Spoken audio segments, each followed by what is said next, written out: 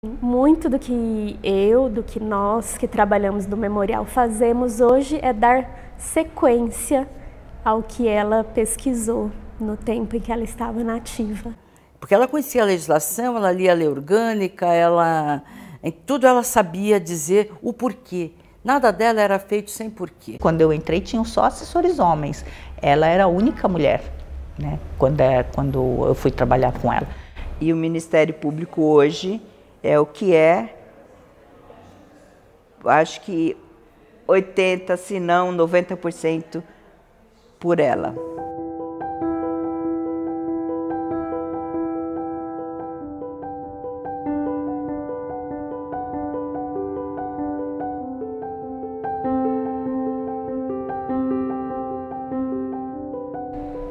Uma das funções do memorial do Ministério Público é resgatar sua memória institucional, a sua história. E por que contar a história da doutora Tilene Almeida de Moraes?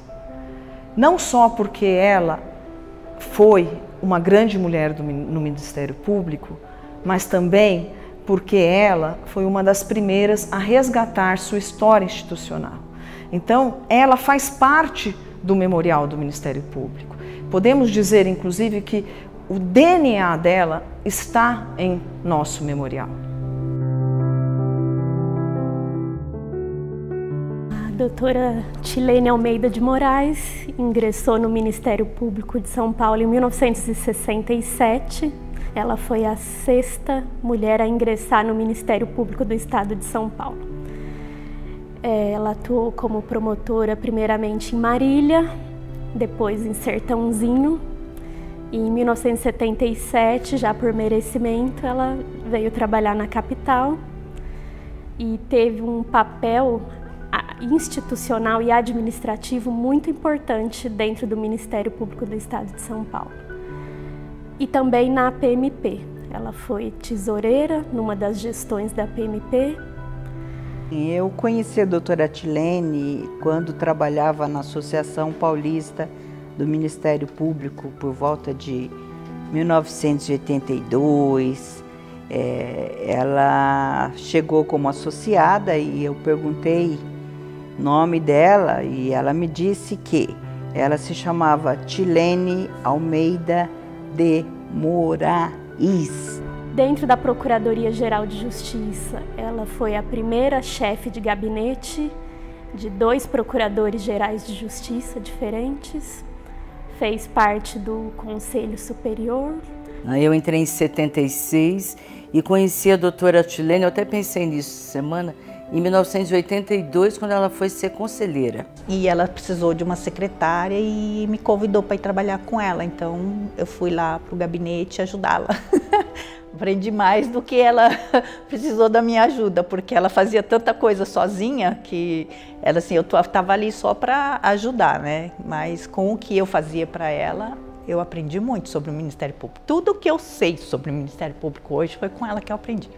Ela fez a biografia de todos os procuradores gerais de justiça até o momento em que ela ainda estava na ativa. Ela deu continuidade a uma pesquisa sobre as mulheres dentro do Ministério Público. Essa pesquisa já tinha sido começada, né, pelo Dr. Rui Rebelo Pinho, e ela deu sequência a essa pesquisa. Ela tem uma pesquisa sobre o Conselho Superior, sobre a instituição do Conselho e a história do Conselho Superior do Ministério Público. E nesse processo de resgate, ela conseguiu os livros que estavam na Secretaria de Justiça e que registram os nomes, as passagens dos promotores de justiça desde 1890, desde o início da República. Era uma coisa assim, até um pouco insana, porque onde que a gente ia conseguir todo esse tipo de informação que ela conseguiu, né? Mas ela conseguiu, ela pegou todos os livros de posse, ficava tudo guardado lá na chefia de gabinete, porque ela deixava lá, porque ela achava que era interessante ter esse controle da história do Ministério Público.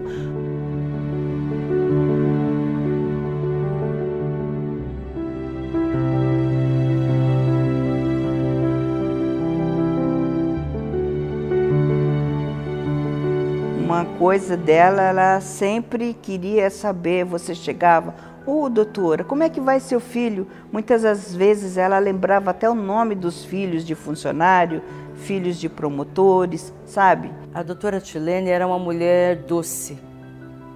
Ela assim, parecia brava, mas ela era uma mulher doce. Ela apelidava bem carinhosamente funcionários que estivessem bem próximos dela. Ela me chamava de lindinha, ela achava que eu era bonita, né? Veja que nem tudo está perdido.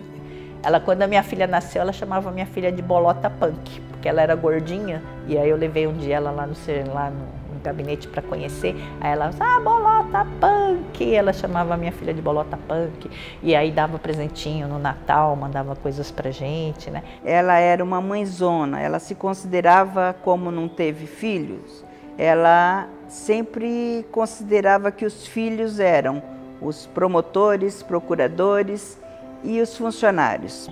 Ela ajudou um funcionário nosso, que ele era, quando teve o concurso, né?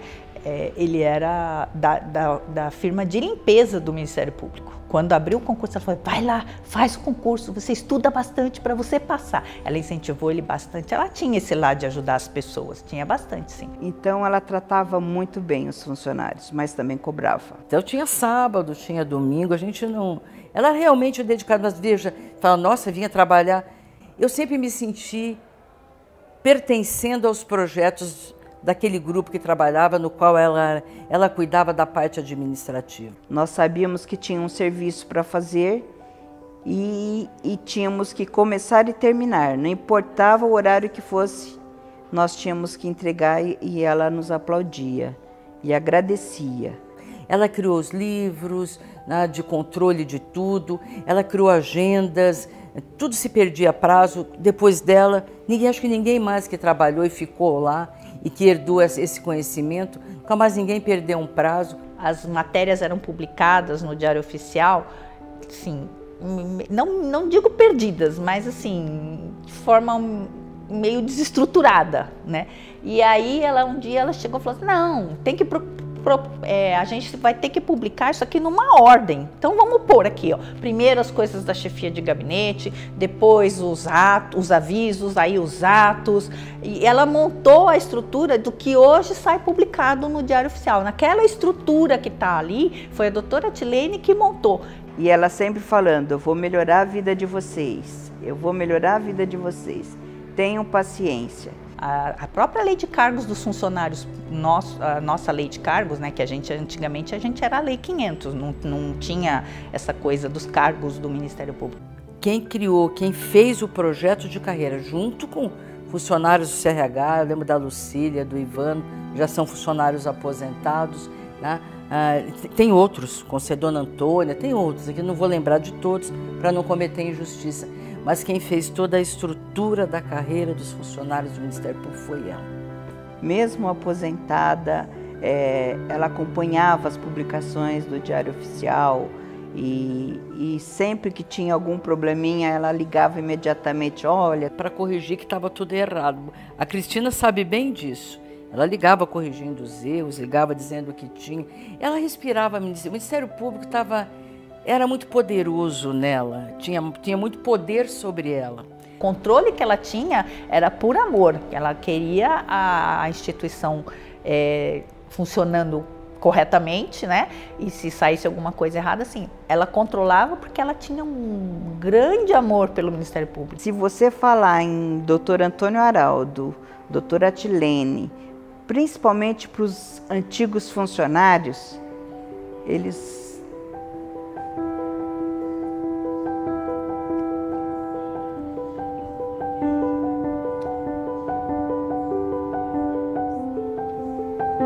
têm muita consideração.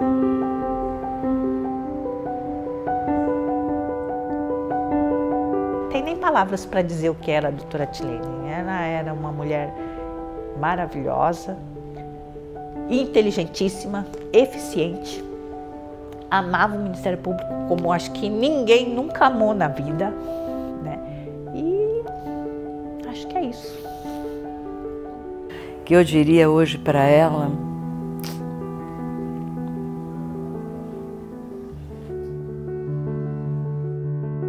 eu ainda sinto falta dela. Quando eu ando por aqui, eu ainda sinto falta dela. O Ministério Público era melhor com ela. O que não passava de sonhos antigamente tornou-se concreta realidade nos dias de hoje. Mas muito há o que se fazer ainda. O cheque em branco que nos foi dado pelo texto constitucional de 88 deve ser bem utilizado.